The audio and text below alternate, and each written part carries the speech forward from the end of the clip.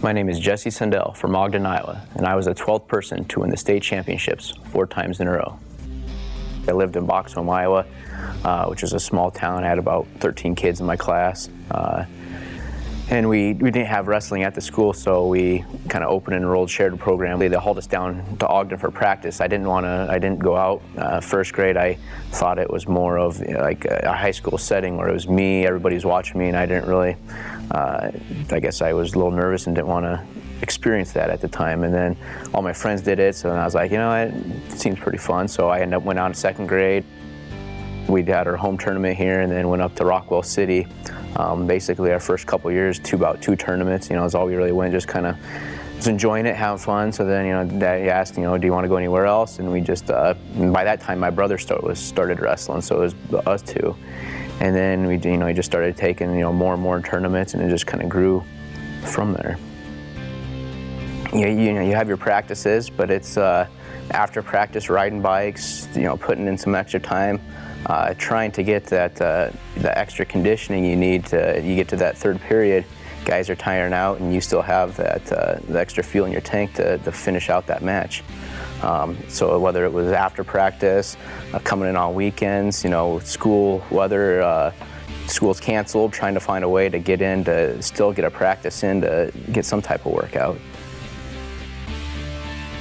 I broke my leg Labor Day weekend, my junior year. Actually, I played football. We had a football game at Jack Trice on Friday. The next day on Saturday, we had a rodeo. I was riding. I came off the back end of a bull.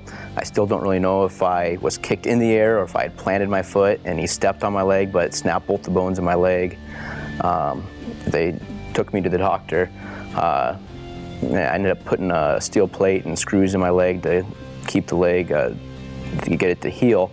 The doctor told me, you know, you're not coming back until after March. And I said, well, I got state in February. You know, that's not gonna work. And you know, at first he said, there's no way you can be back for that.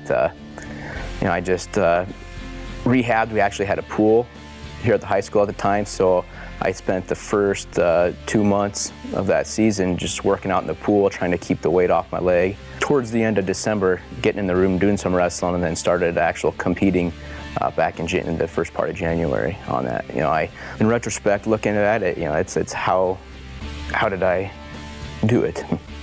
I grew up rodeoing. That was really the first sport that we had done. You know, my dad had rodeoed growing up our whole life, traveling to rodeos.